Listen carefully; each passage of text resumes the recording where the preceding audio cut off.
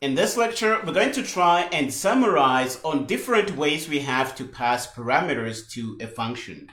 We have seen three ways. We can pass by value, we can pass by pointer, we can also pass by reference.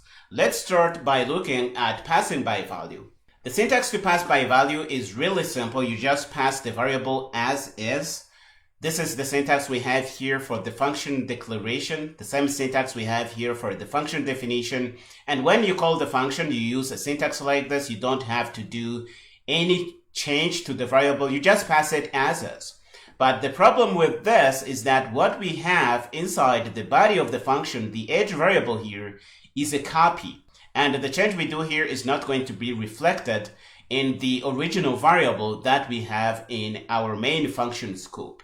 So here are a few thoughts about passing by value. The syntax to pass by value feels natural because you just pass variables. You don't have to decorate them with any syntax.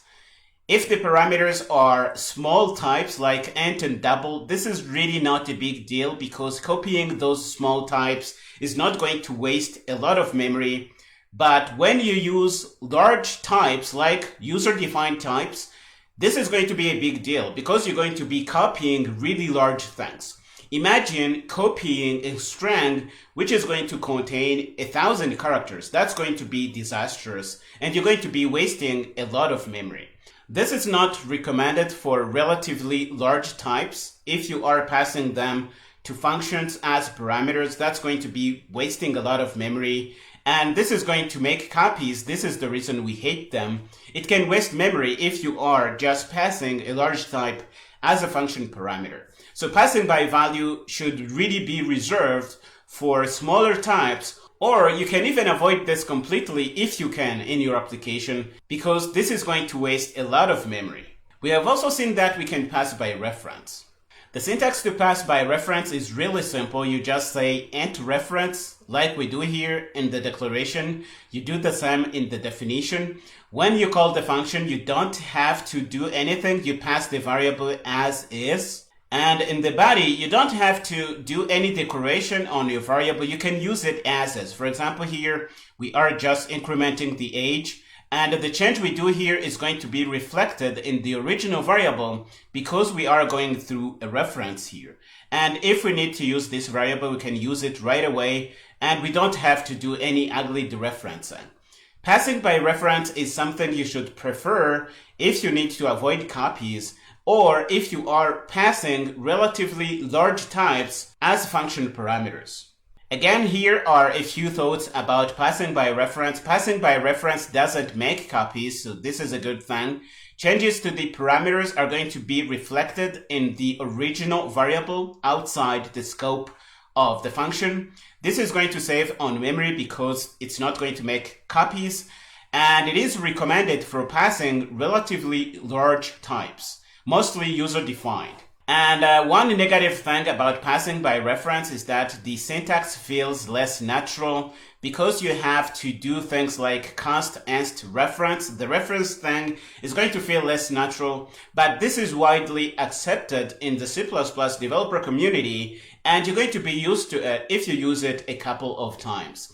This is my recommended way to pass parameters to C++ functions, but if you need to do that, you can also pass by pointer. We have also seen the syntax to pass by pointer. It's what you see here. You say int pointer. You say the same in the function definition here. When you pass the argument to the function, you have to pass the address of a variable. And in the body of the function, you have to remember to dereference. And this is really ugly. You shouldn't really do this unless you have no other way to do this. The recommended way to pass parameters to functions in C++ is really passing by reference. That's what I recommend. And again, here are my thoughts on passing by pointer. The pointer address itself is passed by value. You can go through the referencing to do modifications. That will be reflected on the outside. Passing by pointer can be a positive thing because it avoids copies.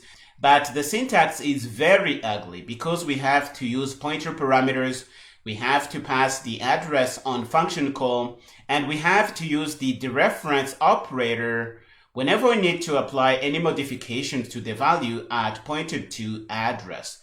So this is really bad. The syntax is ugly, but this is still used very widely in C++ code out there, so you should make yourself familiar with this. And again, this is useful if you need to pass large types around, because no copies are going to be made, and this is going to save you memory. The only bad thing about passing by pointer is really the syntax. The syntax is ugly, and you have to do a lot of ugly hacks to really modify the data and get things to work exactly how you want. That's why C++ came up with the idea of having references, and they make things very easy if you want to apply modification in the body of the function and want those modifications to be reflected in the original variable outside the scope of our function. This is really all we set out to do in this lecture. I hope you found it interesting.